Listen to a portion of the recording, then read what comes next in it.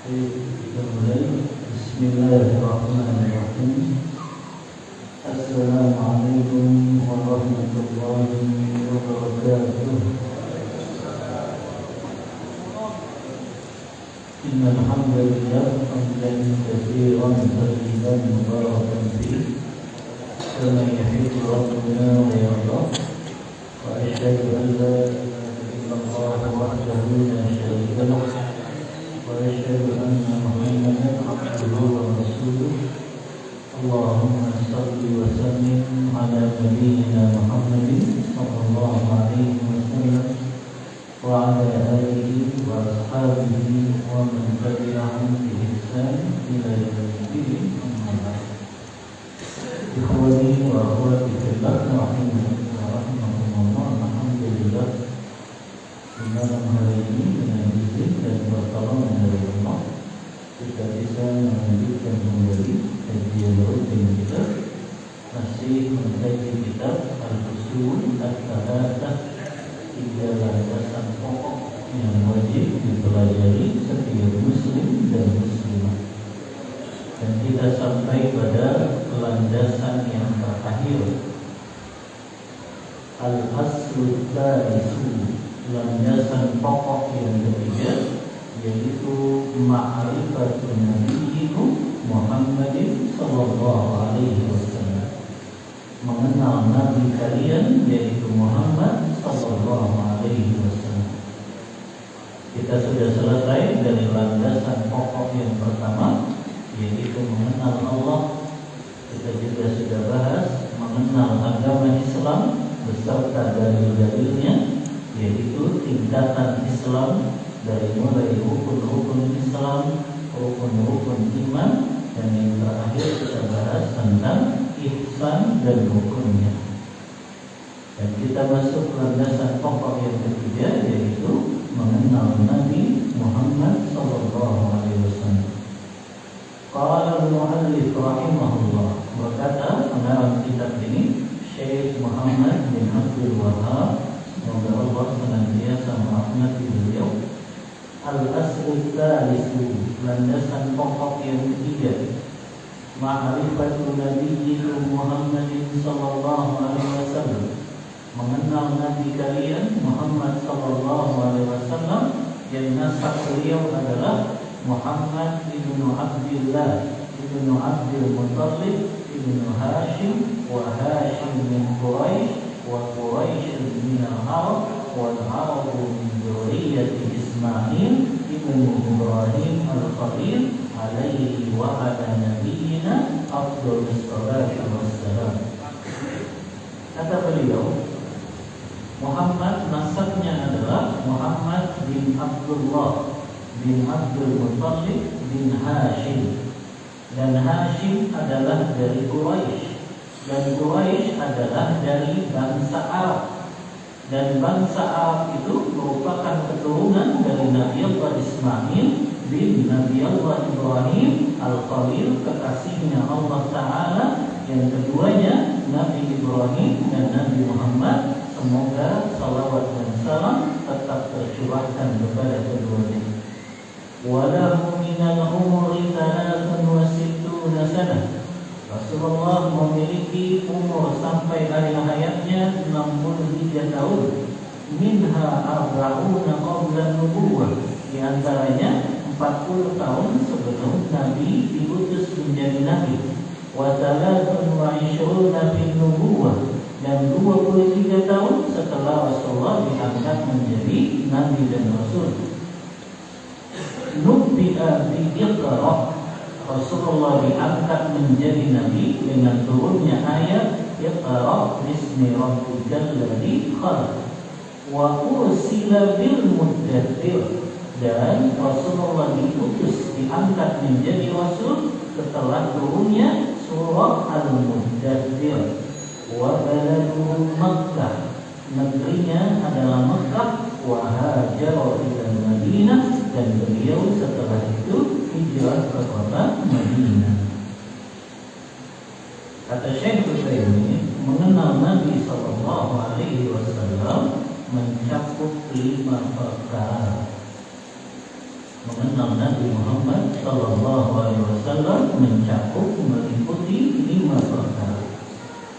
Yang pertama, ma'rifatuhu nasaban, mengenal nasab Muhammad. Yang tadi disebutkan, fahuwa asyrafun nasi nasaban. Rasulullah itu manusia yang paling mulia nasabnya. Karena beliau berasal dari Bani Hashim, dan Bani Hashim itu dari Quraisy, dan Quraisy itu keturunan Arab. Dan Muhammad SAW itu dilahirkan di kota Mekkah. Tanggal, ulama beda pendapat ini, tanggal kelahiran Rasulullah.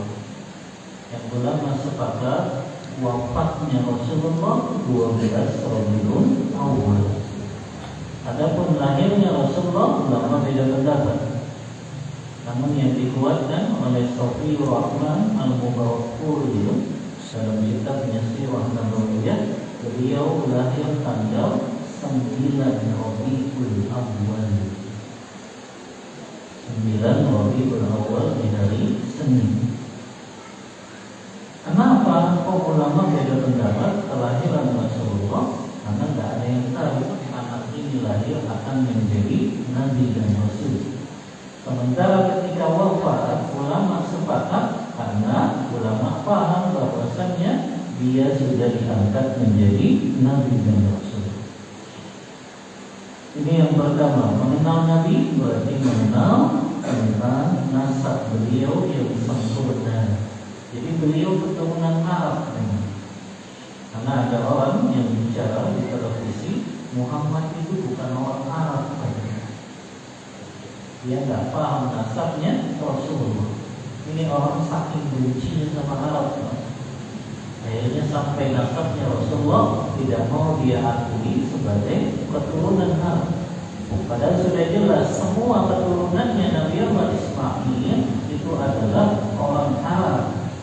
Karena Nabi Allah Ibrahim dan Nabi Allah Ismail itu disebutnya Arab Musta'ribah. Arab itu ada 3 macam. Ada Arab Al-Ba'idah. Arab Al-Ba'idah itu orang-orang Arab yang sudah dimusnahkan oleh Allah. Contohnya siapa? Kaum Ad, kaum Tsamud, ya, kaum Madian, ya, itu sudah dimusnahkan. Dan mereka orang Arab. Ada lagi Arab Al-Musta'ribah. Dan ini Ibrahim dan Ismail dan seluruh keturunannya. Kenapa Ibrahim dan Ismail disebutnya Arab Musta'ribah? Karena aslinya Nabi Allah Ibrahim dan Ismail itu bukan orang Arab. Mereka kan asalnya dari Babilonia, tapi hijrah ke Mekkah. Yang saat itu Ibrahim meninggalkan anaknya, istrinya, dan anaknya yang baru lahir, yaitu Ismail. Ketika mereka tinggal lama di Mekkah tersebut, itulah yang menjadikan mereka disebutnya Arab Musta'ribah, karena sudah begitu lama tinggal di negeri Arab. Ada Arab satu lagi yang disebut dengan Arab Al-Arizah. Itu Arab asli, banyaknya dari Yaman, dari suku Qahtan, Bani Qahtan. Nah ini Pak tentang nasabnya Rasulullah. Yang kedua, mengenal Nabi Muhammad SAW, ma'rifatu sinnihi, mengenal umurnya Rasulullah, wa makani wiladatihi, tempat dilahirkannya Rasulullah, wa muhajirihi, tempat beliau hijrah.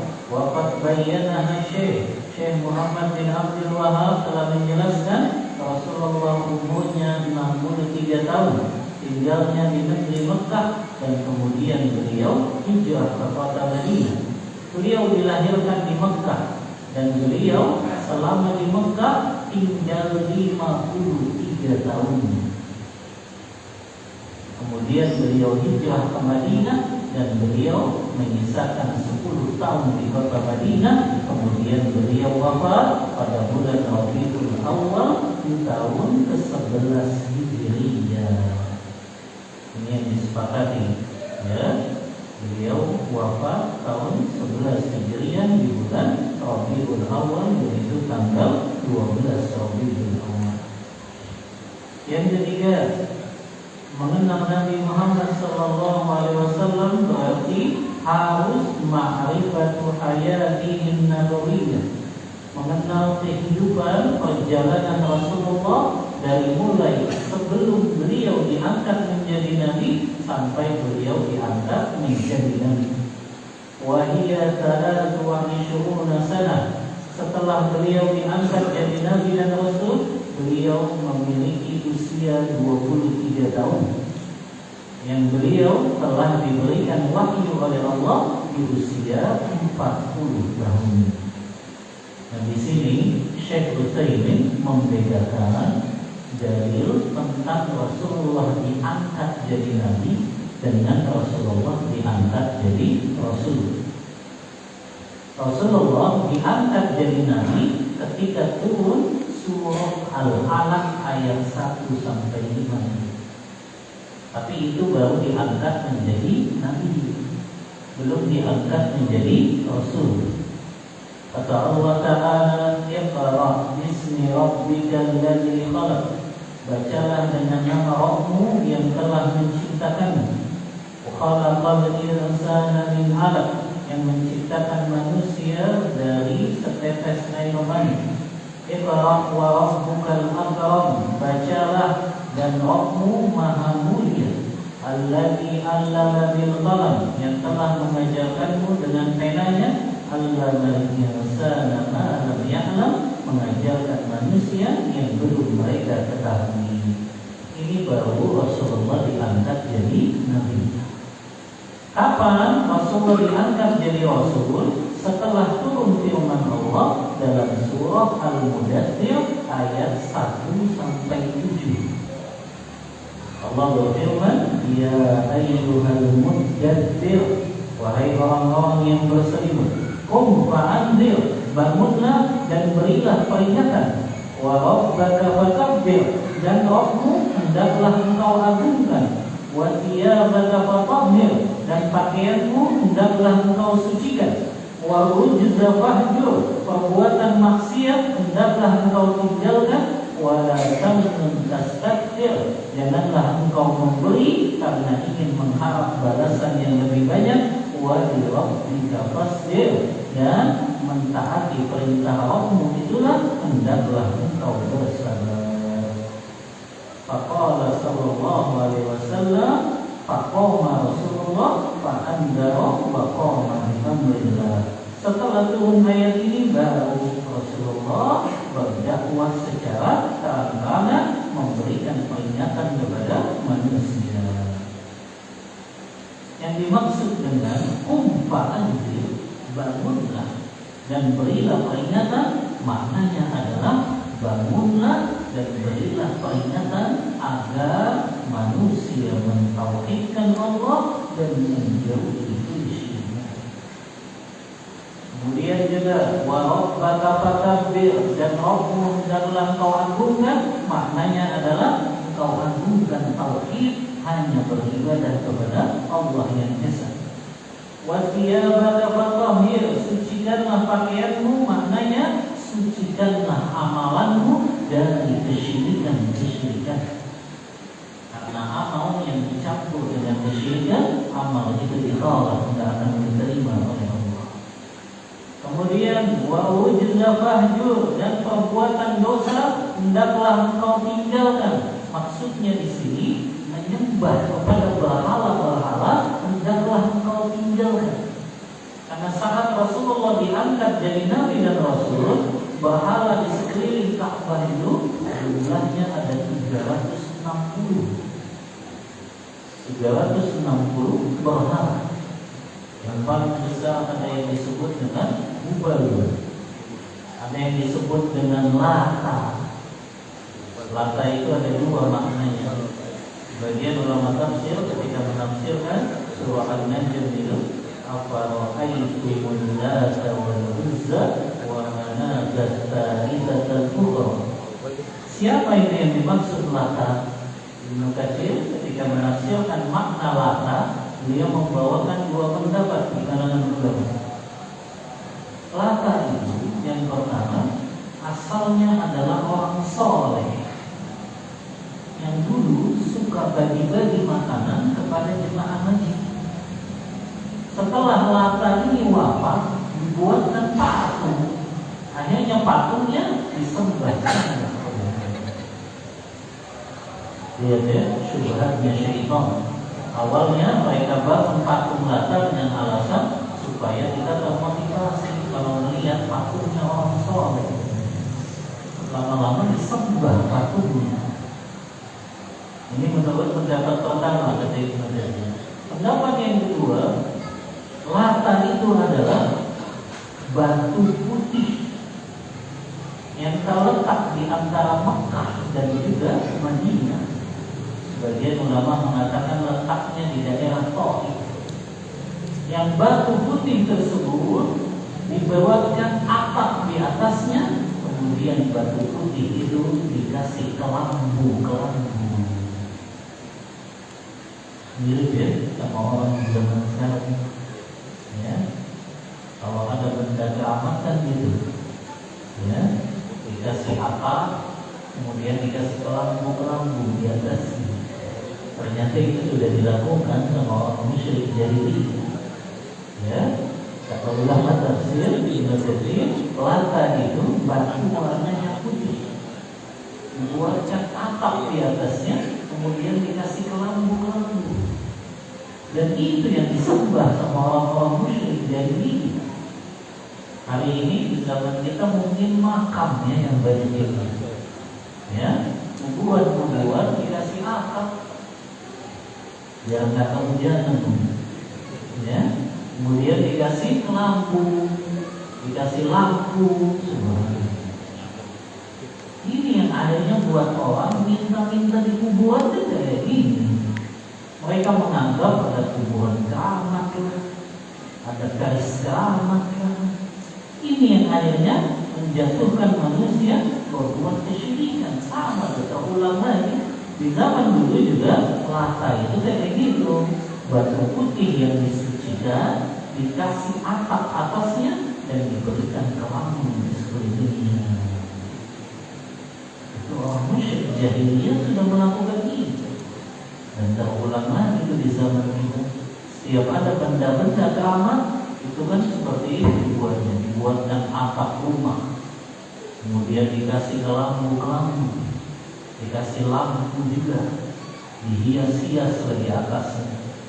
Ya, maka itu yang menjadikan orang itu datang ke kuburan itu nyembah di situ, doa minta kepada penghuni kubur. Itu yang menyebabkan orang jatuh kepada kesyirikan.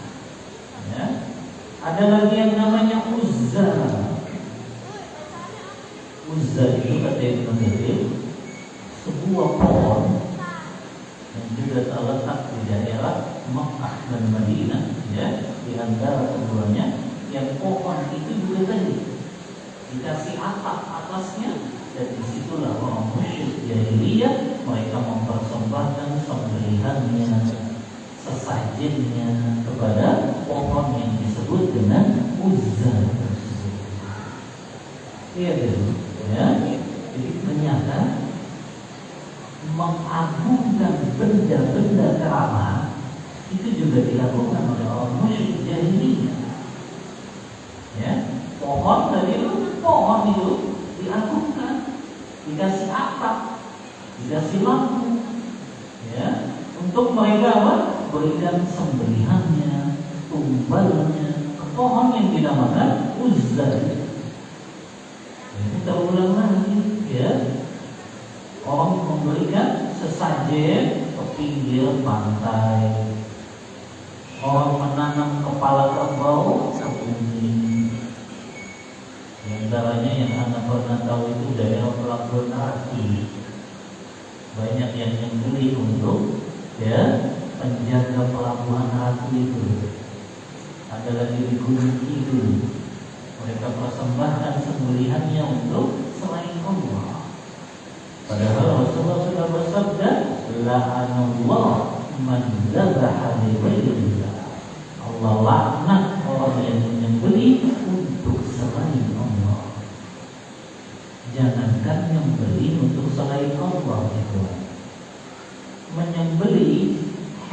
orang yang kita kurbankan niatnya untuk Allah, tapi di tempat yang pernah digunakan untuk kesyirikan, itu tetap Allah haramkan.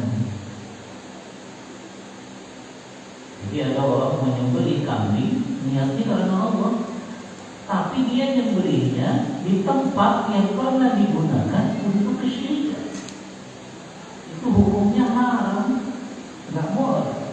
Karena kenapa? Yang pertama kata ulama, itu sama saja dengan mendukung kegiatan kesyirikan mereka. Yang kedua, sama saja dengan menyerupai orang-orang musyrik.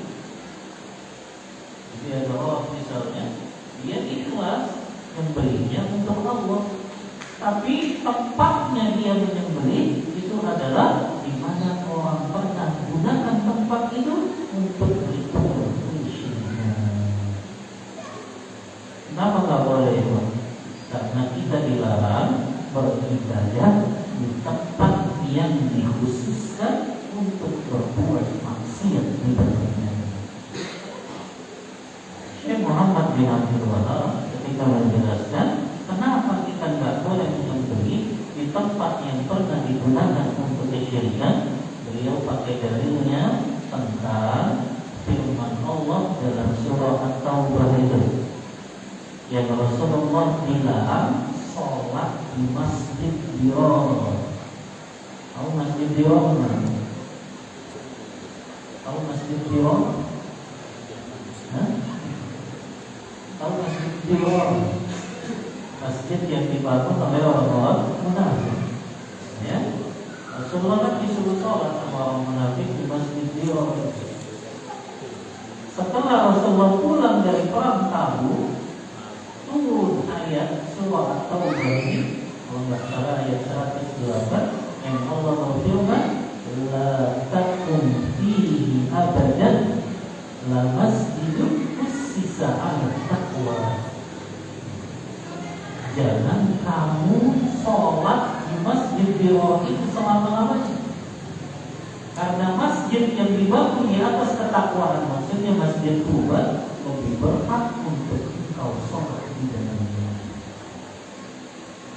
Kata Syekh Muhammad bin Abdul Wahab, Rasulullah dilarang oleh Allah sholat di masjid Dirar selama-lamanya, karena masjid itu dikhususkan oleh orang munafik untuk melakukan maksiat kepada Allah, yaitu menyembunyikan kekufurannya. Makanya setiap ibadah yang dilakukan di tempat yang dikhususkan untuk maksiat itu hukumnya haram. Contohnya bapak sholat di diskotik. Ada orang mungkin ya, dia main di diskotik, habis ini mengambil bintang, mabok, zina, dia sadar wudhu dan sholat di diskotik. Ya, habis itu dia zina lagi. Setelah zinanya selesai, dia sholat lagi di diskotik. Ya, maka sholatnya itu haram, karena diskotik itu tempat yang dikhususkan untuk bermaksiat kepada Allah. Yang jadi pertanyaan, boleh nggak kita sholat di pasar? Pasar banyak maksiatnya. Pasar banyak maksiat tidak? Apa ini maksiatnya? Sampai Rasulullah bersabda, "Abghadul biladi ilallah aswaquha." Ini nih Pak, masyarakat kita ini belum paham cara mereka memandang sesuai dengan pandangan Al-Quran dan Sunnah. Rasulullah pun menyatakan, "Ahabbul biladi ilallah masajiduha wa abghadul biladi ilallah aswaquha." Tempat yang paling dicintai oleh Allah adalah masjid-masjidnya, dan tempat yang paling dibenci oleh Allah adalah pasar-pasarnya. Hadis riwayat Muslim dalam kitab Sahih. Pernah baca penjelasannya Imam Nawawi kenapa pasar jadi tempat yang paling dibenci oleh Allah? Kenapa? Kenapa pasar tempat yang paling dibenci oleh Allah?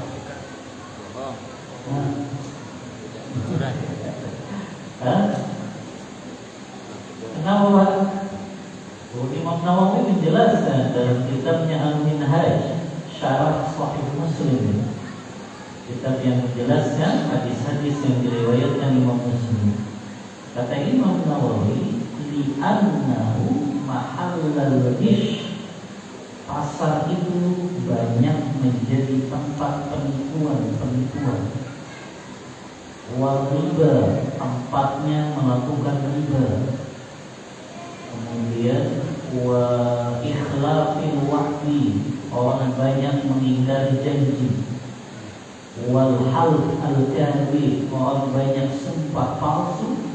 Wal i'radi an dzikrillah, banyak orang yang lalai dan berzikir kepada Allah. Itu kata beliau yang menjadikan pasar itu tempat yang paling dibenci oleh Allah. Berarti apa hukum masuk pasar?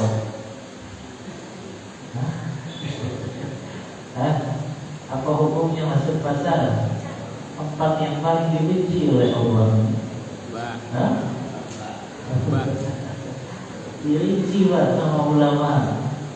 Yang pertama, hukumnya mubah bila ada hajat dan kebutuhan di pasar tersebut. Dia mau jualan dan cari nafkah di situ, atau dia mau beli barang yang dia butuhkan, maka hukumnya mubah selama dia tidak tinggalkan kewajiban sholat 5 waktu. Yang kedua, Pak, hukumnya bisa makruh dan haram. Kapan dia dihukumi makruh? Orang itu datang ke pasar, gak ada kebutuhan dan keperluan. Nah, ini penyakit masyarakat kita, Pak. Gak boleh tahu ada mau baru, padahal gak ada tujuan gitu. Jika ada mau baru, ya, dekat rumah saya ini, Villa View namanya, di Sumarekon, ya. Satu lagi di kawasan itu, saya tadi baru di Noak itu melihat Grand Outlet, ya. Padahal biasa aja, cuma lewat aja di depan ini, ya. Tapi subhanallah, saya dengar waktu openingnya itu banyak yang hadir, padahal nggak ada kebutuhan gitu, nggak beli, cuma numpang selfie aja deh, tentang mau baru. Itu hukumnya makruh, Pak, dibenci, ya. Maka lihat Pak, mindsetnya diubah. Jangan bangga kalau ke pasar itu. Pasar itu tempat yang paling dibenci oleh Allah. Ini orang kok malah selfie di pasar. Ya, dia nggak paham Pak, pasar itu tempat yang paling dibenci oleh Allah. Kok dia malah selfie bangga? Mall itu termasuk pasar, Pak. Supermarket, mall, ya, pasar swalayan itu masuk kategori pasar. Maka jangan bangga kalau seseorang masuk pasar, karena sejatinya itu tempat yang paling dibenci oleh Allah. Ya. Yang kedua, Pak, Rasulullah pun mengabarkan bahwa ini perkataannya Salman Al-Farisi. Salman Al-Farisi berkata, ini statokta la takunanna awwalu man yadkhulu suqa wa la akhiru man yakhruju minha. Kalau engkau mampu, janganlah jadi orang yang pertama kali masuk pasar, dan jangan jadi orang yang terakhir kali keluar dari pasar. Kenapa? Fa'inna syaitana yansibu rayatahu. Karena di pasar itu syaitan menancapkan benderanya. Tapi kita nggak bakal melihat bahwa syaitan nancapin benderanya, maksudnya syaitan habis-habisan untuk menggoda manusia kalau sudah di pasar. Ya. Makanya banyak yang lalai ketika di pasar. Karena syaitan sudah nancepin benderanya. Maknanya mereka habis-habisan ganggu dan goda manusia agar mereka bermaksiat kepada Allah. Dia berkata Salman, bila engkau mampu, jangan jadi orang yang pertama kali masuk pasar, dan jangan jadi orang yang terakhir kali keluar dari pasar. Hadisnya riwayat Muslim juga dalam kitab sebutnya. Bapak paham nggak maknanya? Jangan jadi orang yang pertama kali masuk pasar, jangan jadi orang yang terakhir kali keluar dari pasar. Jangan dimaknai letter lock. Karena kasihan security mall yang paling pertama masuk, yang paling keluar dan terakhir. Ya, maka tidak bisa dimaknainya secara letter. Bagaimana cara memaknainya dijelaskan oleh Imam Nawawi. Kata beliau, al-dhamu yang tercela itu seseorang dia masuk ke dalam pasar dan berlomba-lomba menuju pasar tanpa ada kebutuhan. Itu yang tercela. Yang kedua yang dimaksud, jangan jadi orang yang terakhir kali keluar dari pasar. Kalau sudah di pasar, jangan berlama-lama menghabiskan waktu. Kalau sudah selesai hajat dan keperluannya, segera keluar dari pasar. Itu maknanya, jangan jadi orang yang terakhir kali keluar dari pasar. Kalau sudah di pasar, jangan lama-lama. Karena kan kita sudah begitu, hajatnya sudah selesai, tapi masih mau keliling saja. Ya, lihat-lihat barang yang lain. Padahal nggak mau beli, ya, atau memang nggak mampu beli gitu. Ya, tapi cuma pengen lihat-lihat saja. Ya. Saya lihat yang ke Villa Rio itu pada begitu, mereka cuma mau lihat-lihat aja, padahal tidak ada kebutuhan dan hajat. Ya, nah ini yang makruh dibeli. Ya, nah jadi diubah ya mindset kita. Pasar mall itu bukan sesuatu yang wah. Cara pandang kita sesuai cara pandang sunnah Rasul. Pasar itu tadi tempat yang paling dibenci oleh Allah. Yang kedua, tempat syaitan menancapkan bendera. Jadi nggak perlu bangga, Pak. Ini di Cikarang, Pak. Di kajian dia masjid dari Tamas itu membangun mall terbesar se-Asia Selatan. Dan tahu belum, Pak? Belum. Ada namanya Mall Ion. Itu terbesar se-Asia Selatan. Ya. Karena ini orang-orang kapitalis, mereka memang pengen ngajak muslim ini lalai. Akhirnya kerjaannya nongkrong aja di mall, ya, dari pagi sampai sore. Padahal cuma beli kopi doang. Ya, subhanallah, kita dibuat lalai. Sengaja di mall, subhanallah, berlomba-lomba. Ya, orang pada bangun mall besar untuk melalaikan kaum muslimin. Kalau sudah masuk supermarket, mall besar, sudah lupa. Sholat 5 waktu ditinggalkan, majelis ilmu ditinggalkan, baca Al-Quran pun ditinggalkan, sibuk saja dengan urusan-urusan dunianya di pasar. Nah ini Pak ya, sedikit karena mall-mall ini mulai berkembang luar biasa. Ya. Karena ingatkan tentang cara pandang kita tentang mall, supermarket dan pasar, agar kita tidak terbawa ya dengan animo masyarakat yang kalau ada mall baru itu selalu pengen dikunjungi, selfie. Kalau nggak ada kebutuhan nggak usah, kecuali memang kita ada kebutuhan dan hajat. Kembali lagi, apa hukumnya kalau kita sholat di pasar? Boleh nggak? Boleh nggak? Boleh. Boleh. Kenapa boleh? Beda dengan diskotik. Kenapa beda? Karena pasar bukan tempat yang dikhususkan untuk maksiat. Ya, dengan diskotik dia memang tempat yang dikhususkan untuk maksiat. Tapi kalau pasar itu kan tempatnya awalnya untuk jual beli. Jual beli hukumnya apa? Mubah. Adapun perilaku yang menyimpang dari penjual atau pembeli tidak menjadikan sholat di pasar itu menjadi haram. Maka boleh Pak, beda dengan diskotik. Ya. Nah ini Pak tentang penjelasan berhala-berhala yang dijadikan sesembahan oleh orang musyrik. Kemudian kata Syekh Utsaimin yang kelima, makna dari seseorang mengenal Nabi Muhammad SAW adalah bimada ursila wa limada, dengan apa Rasulullah diutus dan kenapa beliau diutus.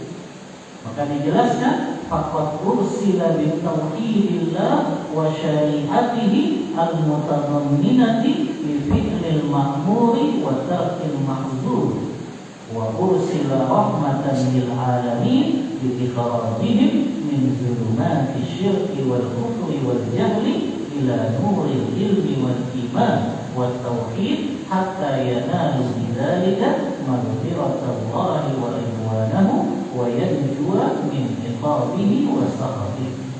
Rasulullah diutus dengan membawa tauhid dan syariat yang mencakup di dalamnya untuk melaksanakan apa yang diperintahkan Allah dan meninggalkan apa yang dilarang oleh Allah. Rasulullah diutus sebagai rahmat untuk seluruh alam, untuk mengeluarkan mereka dari kegelapan kesyirikan, dari kekufuran, dari kebodohan menuju cahaya ilmu dan iman dan tauhid sampai mereka mendapatkan ampunan dan keridhaan dari Allah dan mereka selamat dari hukuman dan kemurkaan Allah Ta'ala. Ba'athahu Allah bin nadhara an syirki. Allah mengutus Rasulullah untuk memberi peringatan agar menjauhi kesyirikan. Wa bid'awati ila tauhid, agar Rasulullah mendakwahkan tauhid. Dalilnya ya ayyuhal muddatsir, wahai orang yang berselimut, qum fa'anzir. Makna qum fa'anzir yunzir anisyirk. Maknanya bangun dan berilah peringatan dari kesyirikan dan ajaklah kepada tauhid yang benar. Wa rabbaka fakabbir, dan Rabbmu agungkanlah, agungkanlah tauhid. Wa thiyabaka fatahhir, dan pakaianmu sucikanlah, tahhir a'malaka anisyirk, sucikanlah amalan-amalanmu dari kesyirikan. Wa wujza fahjur, dan berhala-berhala, patung-patung hendaklah engkau tinggalkan dan engkau berlepas diri dari patung-patung tersebut dan orang-orang yang menyembah patung tersebut. Dijelaskan ya, Rasulullah diutus membawa agama tauhid. Karena banyak kaum muslimin yang mereka merasa sudah bertauhid, padahal amalan-amalannya penuh kesyirikan. Karena mereka dari kecil pahamnya orang musyrik itu orang yang non-muslim. Kan dari SD gitu Bang, kita pahamnya. Orang itu baru disebut kafir atau musyrik kalau dia non-muslim. Padahal orang muslim pun bisa jatuh kepada syirik. Banyak sekali kesyirikan di zaman kita. Di antaranya mereka masih menyimpan jimat-jimat. Entah jimat itu berupa kalung, berupa gelang, berupa cincin, berupa karis, berupa sabuk. Sekarang ada apa ya? Jimatnya gesper. Ada lagi ternyata jimatnya kayak kartu ATM. Ada yang gold, ada yang platinum, ada yang silver. Yang gold itu harganya lebih mahal kata bubutnya. Ya. karena itu jimat. Ya, yang mereka meyakini kalau sudah pasang jimat tersebut, maka mereka terhindar dari malapetaka. Ini kan banyak orang kaum muslimin yang masih menyimpan jimat, sholat 5 waktu, puasa Ramadan, haji umroh bolak-balik, tapi masih percaya jimat. Ini semua amalnya ditolak. Karena amal yang masih tercampur dengan kesyirikan di dalamnya, itu Allah tolak amalan tersebut. Maka orang muslim harus tahu menyimpan jimat, mempercayainya, itu bisa mendatangkan manfaat, mengangkat bahaya atau mencegah bahaya, itu adalah kesyirikan. Ini yang dipahami oleh Rasulullah. Ini kan yang dijadikan oleh orang-orang musyrik, mereka menyembah kepada Lata, Uzza, Hubal, karena mereka meyakini patung-patung itu bisa mendatangkan manfaat kepada mereka atau bisa menghilangkan malapetaka dari mereka. Kan itu Pak yang diyakini orang musyrik jahiliyah. Mereka sembah itu Lata, mereka sembah Uzza, berupa pohon tadi. Mereka sembah Hubal berupa patung, karena mereka meyakini apa? Patung yang mereka sembah bisa mendatangkan manfaat atau menghilangkan bahaya dari mereka. Sama dengan orang yang masih nyimpen jimat, dia yakini jimat itu bisa datangin manfaat atau mencegah bahaya. Banyak kaum muslimin yang mereka tidak paham. Belum lagi mereka bertabaruk, tabaruknya dengan kuburan-kuburan orang soleh yang sudah meninggal. Tabaruknya dengan benda-benda keramat. Jadi rasa takut mereka kepada benda-benda keramat itu seperti rasa takut mereka kepada Allah. Kalau saya nggak mengunjungi makamnya wali fulan nih, saya bisa ditimpa bencana. Ya, makanya ini yang akhirnya menjadikan ziarah kubur yang tadinya disyariatkan akhirnya jatuh kepada kesyirikan. Ziarah kubur kan tujuannya dua, Pak. Yang pertama mengingat kematian, yang kedua mendoakan para penghuni kubur. Tapi ketika ziarah kuburnya ternyata dia cari keberkahan, dia minta-minta di sana. Ini yang akhirnya jatuh kepada kesyirikan. Dan ini yang tidak dipahami kebanyakan kaum muslimin. Sama aja sebetulnya. Mereka sembah itu kuburan sama seperti orang musyrik jahiliyah yang banyak Lata dan Uzza. Ya, sama aja itu sebetulnya. Tapi mereka menganggapnya ziarah kubur, ke makam wali fulan, minta berkah di sana, dianggapnya ibadah. Ya, karena mereka katakan wali itu kalau dikuburin itu masih hidup di dalam kuburnya. Subhanallah. Rasulullah saja ketika meninggal, sahabat nangis. Kenapa sahabat nangis? Karena tahu Rasulullah sudah beda dunia, sudah meninggalkan mereka. Gak ada sejarahnya, para sahabat kalau ada masalah mereka datangnya ke kuburan Rasulullah. Mereka curhat di situ. Sampai terjadinya fitnah kan setelah di zaman Utsman. Terjadinya perang Siffin, perang Jamal, yang sampai terbunuhnya beberapa sahabat. Gak ada sejarah yang menyatakan sahabat datang ke kuburannya Rasulullah curhat di sana. Karena mereka meyakini Rasulullah sudah wafat, dan orang yang sudah wafat mereka tidak bisa mendengar kecuali ketika selesai dikuburkan saja mereka mendengar orang-orang dentakan kaki orang-orang yang mengantarnya. Setelah itu sudah penghuni kubur siapapun itu tidak akan mendengar apa yang dibicarakan oleh orang yang masih hidup. Azannya, baik kita break dulu untuk azan isya. Wassalamualaikum warahmatullahi wabarakatuh.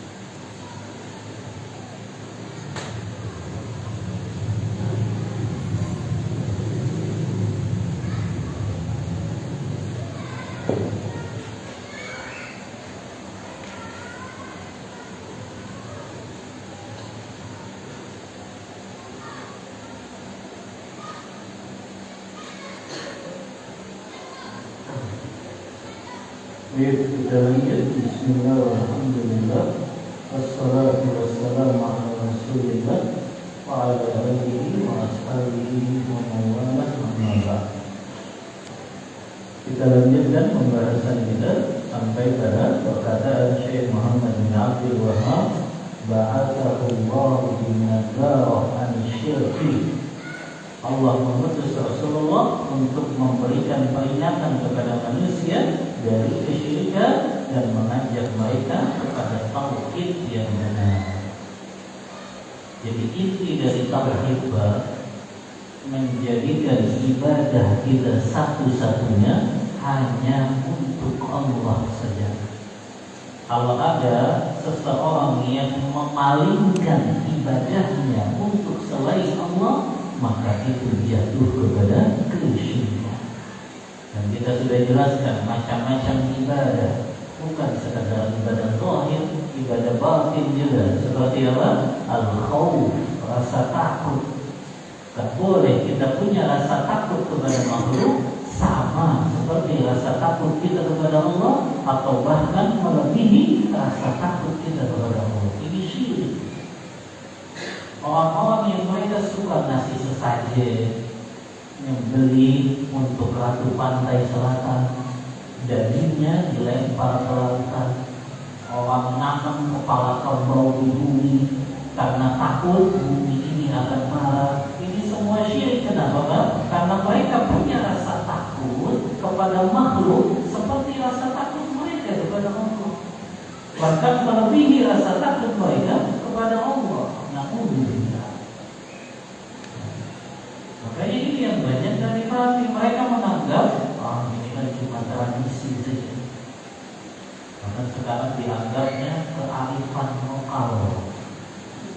Ya, membeli untuk selain Allah kok disebutnya kearifan lokal. Padahal sudah jelas keharamannya. Bahkan ini jatuh kepada kesyirikan. Nah inilah masyarakat kita, kalau mereka tahu itu syirik, harusnya mereka tinggalkan. Tapi masyarakat kita kebanyakan mungkin belum tahu. Mereka nggak tahu kalau mereka membeli dagingnya dilempar ke lautan itu syirik. Mereka tanam kepala kerbau di dalam bumi, ya. Ada yang namanya sedekah bumi, ya. Yang mereka buang-buang makanan itu. Ini semua kesyirikan, ya. Makanya nanti kalau selesai usul salatah ini kita bahas tentang kitab tauhid. Di situ jelas Syekh Muhammad bin Abdul Wahhab secara rinci menyebutkan macam-macam kesyirikan, dari macam syirik besar sampai macam-macam syirik kecil, ya. Nah ini berkaitan dengan tujuan diutusnya Rasulullah. Rasulullah diutus untuk mengingatkan, memberikan peringatan dari yang namanya kesyirikan dan mengajak manusia mentauhidkan Allah saja. Kemudian kata beliau, akhadha ala hada asyra sinin yad'u ila tauhid. Rasulullah melaksanakan, mendakwahkan tauhid ini selama 10 tahun. 10 tahun di mana, Pak? 10 tahun di mana ini? Di Mekah. Ya, Rasulullah mendakwahkan tauhid 10 tahun di Mekah. Wa ba'dal 'ashri, setelah 10 tahun, urija bihi ila sama. Baru Rasulullah dimi'rajkan. Terjadilah peristiwa Isra Mi'raj. Wa furidat alaihi shalawatul khamsu wa shalla fi Makkah 3 sinin wa ba'daha umira bil hijrati ila Madinah. Setelah 10 tahun beliau dakwah tauhid di Mekah, baru beliau dimi'rajkan untuk menerima kewajiban sholat 5 waktu. Berarti di tahun keberapa Rasulullah dapat perintah untuk sholat 5 waktu? Di tahun keberapa? Di tahun keberapa disebutnya? Tahun ke-10 dari kenabian. Jadi sebelum Rasulullah hijrah, itu disebutnya tahun kenabian. Sebelum Rasulullah hijrah ke Madinah disebutnya tahun kenabian. Maka setelah 10 tahun Rasulullah dakwah tauhid, baru beliau dapat perintah untuk Isra Mi'raj dan beliau menerima perintah sholat 5 waktu. Dan ini satu-satunya syariat ibadah yang turun di kota Makkah. Sholat 5 waktu. Satu-satunya syariat ibadah yang turun ketika Rasulullah masih di Mekah itu hanya sholat 5 waktu. Makanya Rasulullah sempat sholat di Mekah berapa tahun? Berapa tahun? 3 tahun. Rasulullah sempat sholat di Mekah 3 tahun. Baru setelah itu beliau hijrah ke Madinah. Baru setelah di Madinah turun syariat-syariat yang lain, syariat zakat, syariat puasa, syariat haji, bahkan haji dan umroh itu kan belakangan ya syariat. Ya, menjelang Rasulullah wafat. Ya, kota Madinah, syariat azan. Ya, itu baru turunnya di mana? Ketika di Madinah. Adapun di Mekah hanya syariat sholat 5 waktu setelah tauhid yang Allah perintahkan untuk Rasulullah melaksanakannya.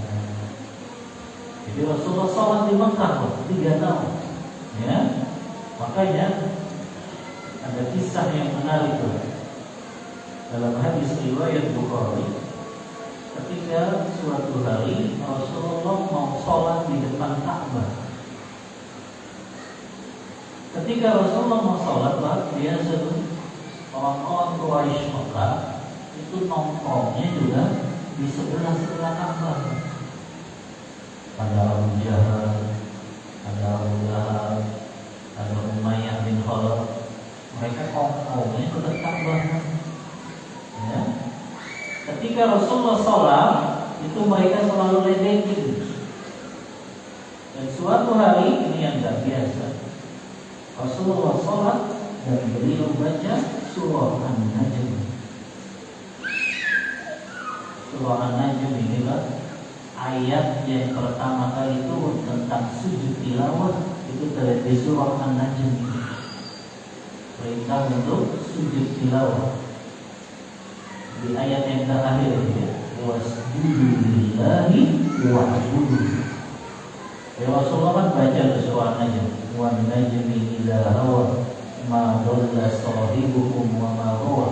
Orang kafir Quraisy kan paham Pak, bahasa Al-Qur'an itu bahasa Quraisy.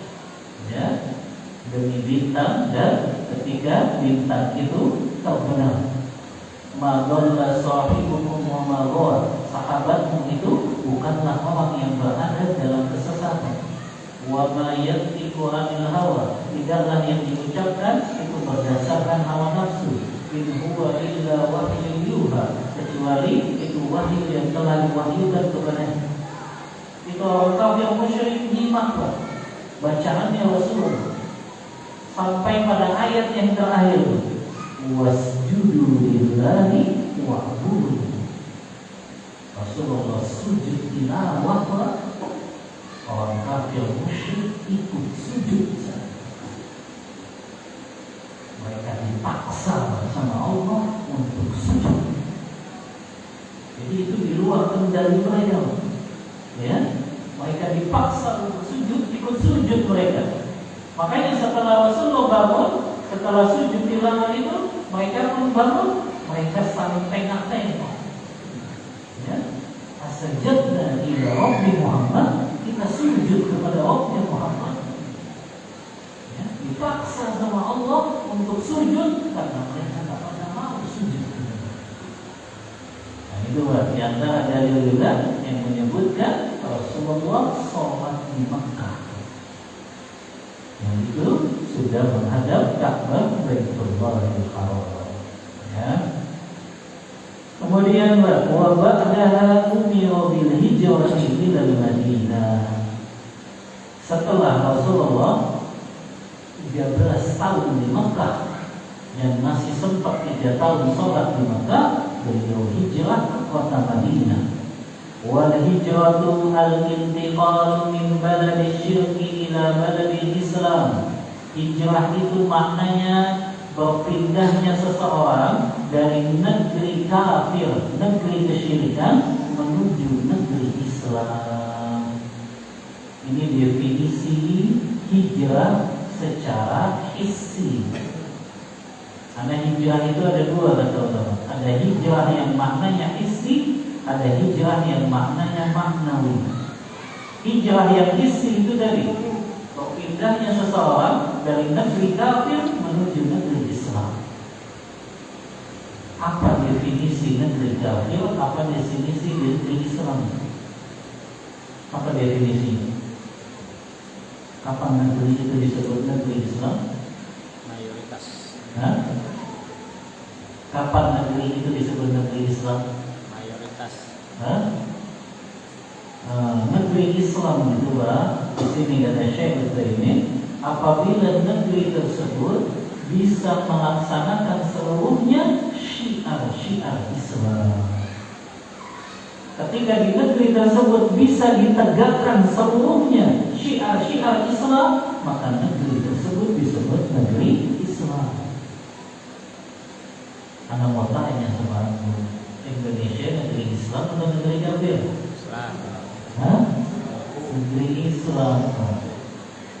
Makanya aneh itu jemaah Islamiyah kan, yang menyatakan ya Indonesia negeri tauhid, ya negeri kafir. Mereka hijrahnya malah ke Australia, mereka hijrahnya malah ke Inggris. Ya, kan banyak tuh ceritanya alumni jemaah Islamiyah yang suka membongkar dan membongkar. Ya, mereka dulu pahamnya gitu, Indonesia ini negeri kafir karena hukumnya masih hukum buatan manusia. Mereka nggak paham. Ulama mendefinisikan negeri Islam itu negeri yang ditegakkan di dalamnya syiar-syiar Islam. Semua syiar Islam kan bisa ditegakkan di Indonesia ini. Azan, ya, kemudian apa lagi? Sholat 5 waktu berjamaah, sholat Jumat, sholat 2 hari raya, ibadah kurban, ya, semuanya bisa kita laksanakan di negeri ini. Maka negeri ini negeri Islam, Pak. Walaupun secara hukum masih campur baur antara hukum syariat Islam dengan hukum buatan manusia. Ya, kan ada beberapa hukum yang negeri kita ini mengadopsi hukum Islam dalam masalah pernikahan, masalah perceraian, masalah wasisan. Itu kan mengadopsinya dari hukum-hukum fikih. Walaupun memang dalam undang-undang yang lain masih buatan manusia. Selama kita tidak meyakini bahwa hukum buatan manusia itu lebih baik dari hukum Allah, maka kita tidak jatuh kepada kafir.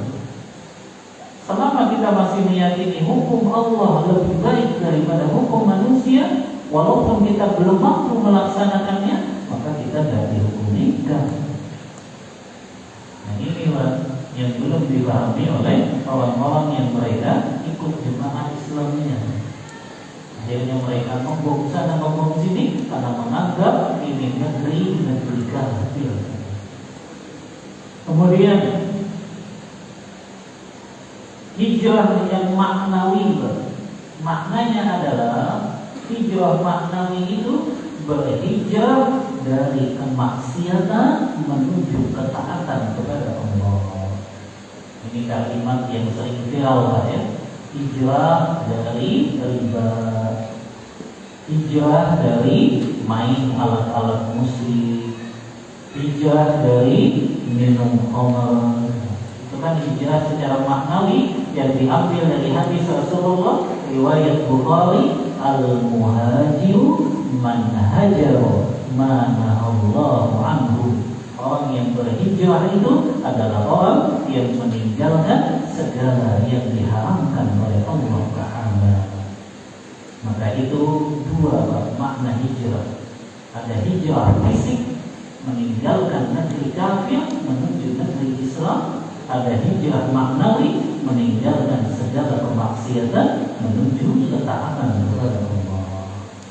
Maka Rasulullah hijrah dari Makkah ke Madinah. Apa hukumnya hijrah, Pak? Dari negeri kafir menuju negeri Islam? Wajib. Ya.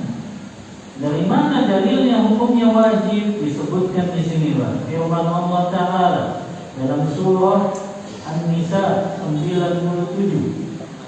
Kata Allah, innal ladzina tawaffahumul malaikatu zalimi anfusihim qalu fima kuntum qalu kunna mustad'afina fil ardh qalu alam takun ardullahi wasi'ah fatuhajiru fiha faulaika ma'wahum jahannam wa sa'at masira. Kata Allah, sesungguhnya orang-orang yang diwafatkan oleh malaikat saat mereka dalam keadaan menzolimi diri mereka sendiri, maka malaikat bertanya kepada mereka, kenapa kalian tidak hijrah dari negeri kafir menuju negeri musyrik? Apa jawaban mereka? Ya, qalu kunna mustad'afina fil ardh. Dulu kami dalam keadaan lemah. Apa kata Allah? Qalu alam takun ardullahi wasi'ah. Bukankah bumi Allah ini luas yang kalian bisa hijrah? Maka mereka yang enggak mau hijrah dari negeri kafir menuju negeri Islam itu diancam oleh Allah azab neraka jahanam. Ketika mereka tahu mereka hidup di negeri kafir, enggak bisa menegakkan syiar Islam, enggak bisa menegakkan syariat Islam, wajib hukumnya mereka hijrah. Ada orang tinggal di Eropa, di Amerika, nggak bisa sholat 5 waktu, nggak bisa sholat Jumat, nggak usah Pak, tetap tinggal, hijrah. Ada orang yang gara-gara gajinya gede aja di sana, mereka rela nggak sholat Jumat, padahal kewajiban mereka wajib untuk hijrah dari negeri kafir menuju negeri muslim. Begitu juga kalau ada peraturan di negeri tersebut, wanita muslimah nggak boleh memakai hijab, hijrah dari negeri tersebut. Karena wajib hukumnya kita menegakkan syiar-syiar Allah. Makanya dosa besar seseorang menetap di negeri kafir selama-lamanya, padahal dia nggak bisa menegakkan syariat Islam. Rasulullah bersabda dalam hadis riwayat Abu Dawud, ana bari'un min kulli muslimin yuqimuna baina azharil musyrikin. Aku berlepas diri, kata Rasulullah, dari setiap muslim yang mereka tinggal di tengah-tengah orang kafir selama-lamanya, padahal mereka tidak bisa menegakkan agamanya. Imam Zahabi punya kaidah dalam kitabnya Al-Kabair, dosa-dosa besar itu, setiap ada lafaz hadis yang bunyinya ana bari'un, aku berlepas diri, maka itu maknanya dosa besar. Dosa besar menetap di negeri kafir, dia tidak bisa melaksanakan syariat agamanya. Baik, sampai sini dulu lah ya. Nanti kita bahas setelah Rasulullah hijrah ke Madinah. Allah Ta'ala a'lam bis-shawab. Untuk materi yang mencukupkan, kita buka diskusi dan tanya jawab. Wassallallahu ala nabiyyina Muhammadin wa ala alihi wa sahbihi wa sallam. Tafadhal.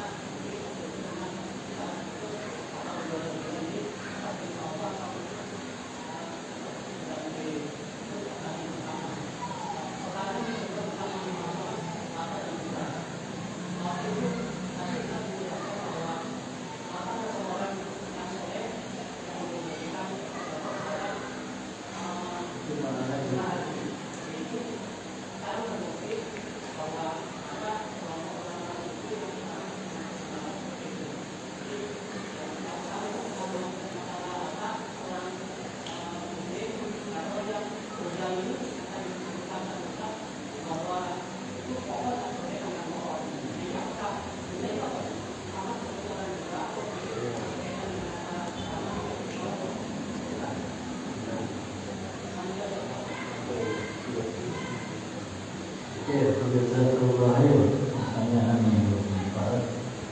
Yang pertama, Rasulullah melakukan uzlah,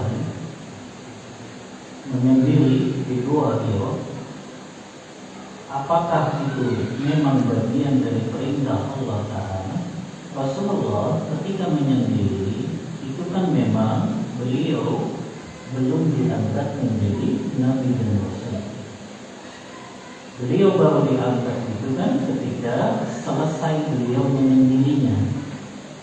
Dan beliau menyendiri ya tentu itu bagian dari apa yang Allah gerakkan kepada hati beliau untuk melakukan uzlah tadi.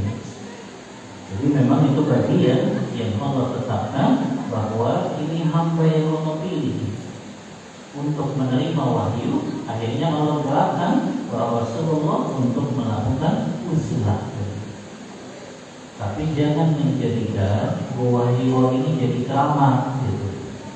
Karena tidak ada dalil yang menyebutkan setelah Rasulullah dapat wahyu dari wahyu, Rasulullah balik lagi. Gak ada juga sejarah setelah Rasulullah wafat para sahabat mengagungkan wahyu. Mentang-mentang itu wahyu pertama yang turun kepada beliau, gak ada. Ya, tapi orang Indonesia kan subhanallah sholat di wahyu, ya, padahal gak ada syariatnya. Kalau ingin tahu saja ya boleh, tapi gak ada syariat sholat di situ, banyak berdoa di situ. Kan yang disyariatkan kita sholat berdoa hanya di Allah. Ya, di atau di muntazam menempelkan badan kita itu memang yang mustajab. Adapun di Gua Hira nggak ada, ya. Makanya Gua Hira hanya jadi tempat sejarah dulu. Itu memang tempat pertama kali wahyu turun yang menjadikan Rasulullah diangkat menjadi nabi. Ya. Jadi peristiwa uzlah itu bagian dari ketetapan Allah. Yang kedua, berkaitan dengan Lata Uzza. Tadi sudah menjelaskannya. Lata itu kata Ibnu Katsir, pendapat sebagian ulama tafsir, dia orang saleh yang membagikan makanan kepada jemaah haji. Kenapa kok dia jadi disembah? Karena tadi awalnya orang-orang itu mengatakan kita buat aja patungnya Lata untuk mengenang kebaikannya dan kita bisa meneladaninya. Awalnya begitu Bang. Mereka bangun patung orang soleh untuk apa? Oh, supaya kita termotivasi kalau lihat patung orang soleh ini. Akhirnya lama-lama disembah. Ya. Maka ini yang menjadi kesyirikan yang juga terjadi di zaman jahiliyah. Mereka menyembah kepada orang-orang saleh. Ada Uzza, wallahu a'lam. Anak belum dapatkan riwayat yang mengatakan Uzza itu adalah sosok manusia. Yang anak tahu tadi pendapatnya Ibnu Katsir, Uzza itu ya pohon yang diagungkan, ya, yang dikeramatkan. Sama lah kayak zaman kita apa biasanya dikeramatkan? Batu, kuburan, ya, apalagi garis, ya, sama aja tuh kayak Uzza. Uzza itu pohon, benda mati, tapi dikeramatin sama orang-orang musyrik jahiliyah. Mereka nyembelih di situ, nyembah di situ. Ini sama. Itu korelasinya zaman sekarang, ya sama seperti benda-benda yang dikeramatkan. Setiap benda-benda yang dikeramatkan itu sama Pak, seperti patung Uzza dan Lata yang mereka dikeramatkan karena mereka meyakini itu bisa mendatangkan manfaat atau menjaga bahaya. Uzza yang Anda tahu tafsirannya adalah itu memang pohon benda yang memang dikeramatkan oleh orang musyrik jahiliyah. Allah Ta'ala Rahman.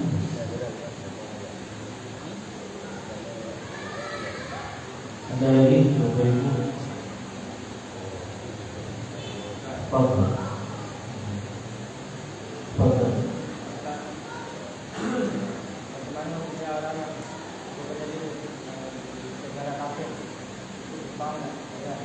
Bekerja apa?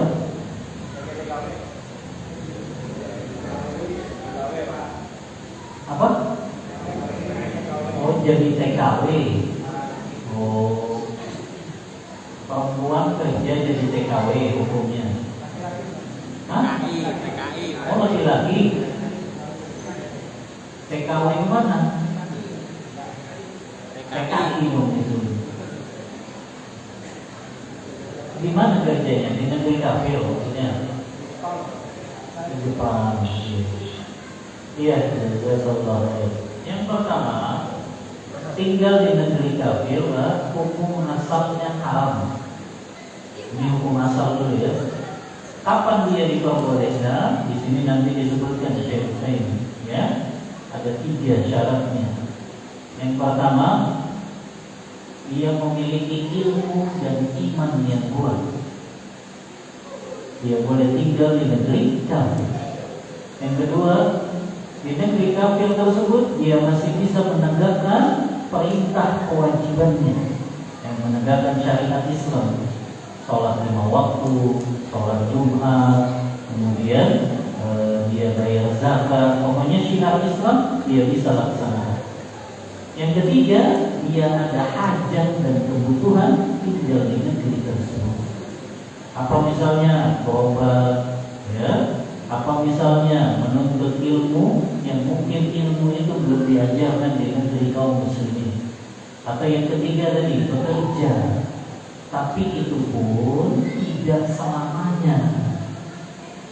Hanya untuk ketika dia sudah terasa mampu memenuhi kebutuhan nafkahnya, sudah pulang ke negerinya. Kan dia bisa usaha, dia bisa dagang. Ya.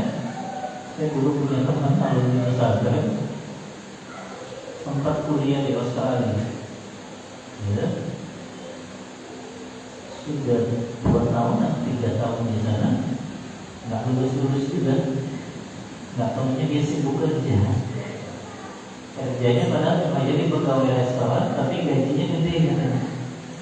Dia pulang ke Indonesia bawa duit ratusan juta. Ya. Jadi sebetulnya cukup Pak, nggak usah lama-lama kerja di luar negeri. Ya, saya juga beberapa ya ada teman yang juga kerja di sana jadi perawat. Ya, dan memang besar gajinya. Cuma anak selalu pesan jangan tinggal selamanya di negeri kafir.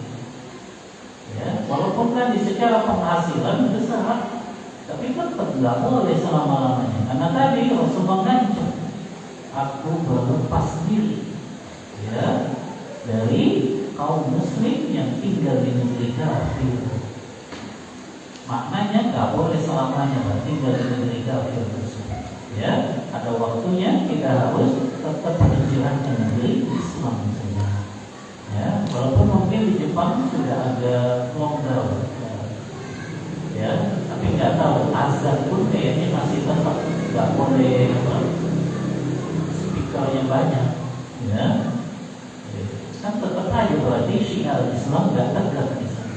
Walaupun boleh sholatnya pun orang nggak boleh di tempat umum, ya, ditangkap polisi kalau sholat di tempat umum, ya, harus di dalam rumah mereka apartemen, ya.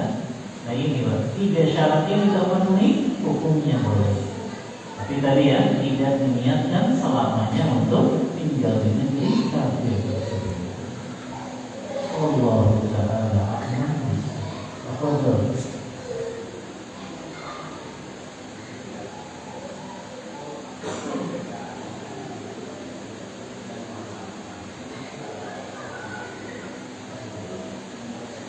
Itu ya. Apa perbedaannya Nabi dan Rasul? Kalau dulu SD kan kita dipahaminya kalau Nabi dapat wahyu dari Allah untuk dirinya sendiri, tidak disampaikan kepada kaumnya, tapi kalau Rasul dapat wahyu untuk disampaikan kepada kaumnya. Ini definisi yang tidak tepat. Karena mana mungkin Allah ngasih wahyu kepada Nabi, tapi dia sembunyikan dari kaumnya. Sama saja dia dianggap menyembunyikan wahyu dari Allah, dan itu mustahil dilakukan seorang Nabi. Maka definisi yang benar, Nabi itu manusia yang diberikan wahyu oleh Allah, ya, untuk meneruskan syariat yang dibawa oleh Rasul sebelumnya. Adapun Rasul manusia yang diberikan wahyu oleh Allah dan dia membawa syariat yang baru. Kalau persamaannya sama-sama dapat wahyu dari Allah. Perbedaannya adalah kalau Nabi cuma meneruskan saja syariat yang dibawa Rasul sebelumnya, adapun Rasul dia bawa syariat yang baru. Allah Ta'ala alam begitu.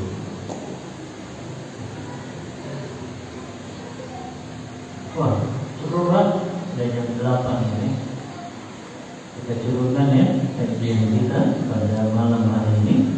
Masih kita bahas mengenal Nabi Sallallahu Alaihi Wasallam. Pertemuan berikutnya, Allah Ta'ala rahman bisawab. Mohon maaf bila ada kata-kata yang kurang berkenan di hati ikhwan dan akhwat semuanya. Wassallallahu ala nabiyyina Muhammadin wa ala alihi wa sahbihi wasallam.